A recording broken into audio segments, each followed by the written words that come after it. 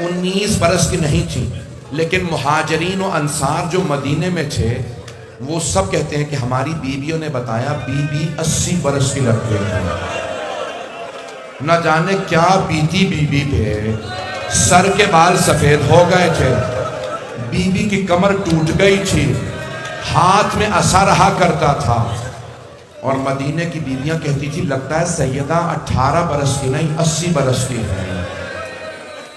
ایک مدینے میں خاتون سے کسی نے پوچھا کیوں سیدہ بزرگ لگتی ہیں؟ کہ سیدہ ناراض ہیں، بی بی پہ اتنے مصائب آئے ہیں کہ رو رو کے کہتی ہیں بابا صبت علیہ مصائب لعنہا صبت علی الایام سرنا لیالیا، بابا اتنے مصائب آئے ہیں مجھ پہ، اگر دنوں پہ پڑھتے تو وہ کالی راتوں میں بدل جاتے۔ اجرکم اللہ، اجرکم اللہ۔ میں بہت محتاط انداز سے پڑھ رہا ہوں، بہت محتاط ہے جانے کے نامی۔ ایک مرتبہ جناب سیدہ نے آواز دی ابوالحسن مجھے سہارا دے کے بٹھا دیں، مجھ سے بیٹھا نہیں جاتا، نہ جانے کیا حالت تھی پسلیوں کی۔ جو مصائب جانتے ہیں وہ پہنچ جائیں گے، بس ایک میں جملہ پڑھوں گا، کھل کے نہیں پڑھا، اسی پہ تمام کر دوں گا، 2 سے 4 منٹ کی زحمت دوں گا۔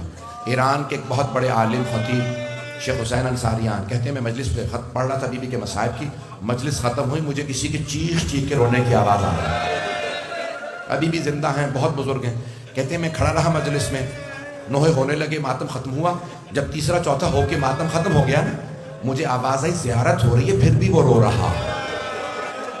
اتنے میں صفے بچھائیں، تبرک لگا دیا گیا، پھر بھی مجھے رونے کی آواز آ رہی تھی، کہ اب مجھ سے رہا نہیں گیا۔ میں فوراً امام بارگاہ کے اندر داخل ہوا، دیکھوں کہاں ہے، کون ہے جو رو رہا ہے اتنا، دیکھا ایک آدمی بیٹھا رو رہا ہے، میں آگے بڑھا، اس کے بازو پکڑے، اسے اٹھایا، سینے سے لگایا، کہا مرد مومن کیا بات ہے، کون سے مصائب کے جملے پہ رو رہے ہیں؟ میرے طرف دیکھیے گا، شیخ حسین انصاریان کہتے ہیں اس آدمی نے کہا آقا میں ہڈیوں کا ڈاکٹر ہوں۔ میری طرف دیکھیے، آقا اگر کسی کی ہڈی ٹوٹ جائے نا، جب ہڈی کو ہلائے درد ہوتا، لیکن اگر کسی کی پسلیاں ٹوٹ جائیں تو جب وہ سانس لیتا ہے نا تو درد ہوتا ہے۔ میں اس لیے رو رہا ہوں، آپ فرماتے ہیں 3 مہینے سیدہ کی پسلیاں، سیدہ کے ہر سانس پہ اجرکم اللہ۔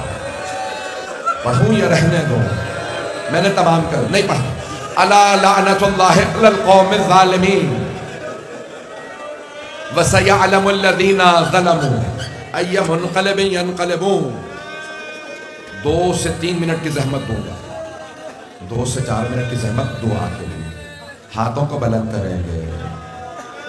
یہ جو ہائے کہہ کے رو رہے ہیں، ایک سوال کر لوں آپ سے، آپ نے صرف مصائب سنے ہیں نا؟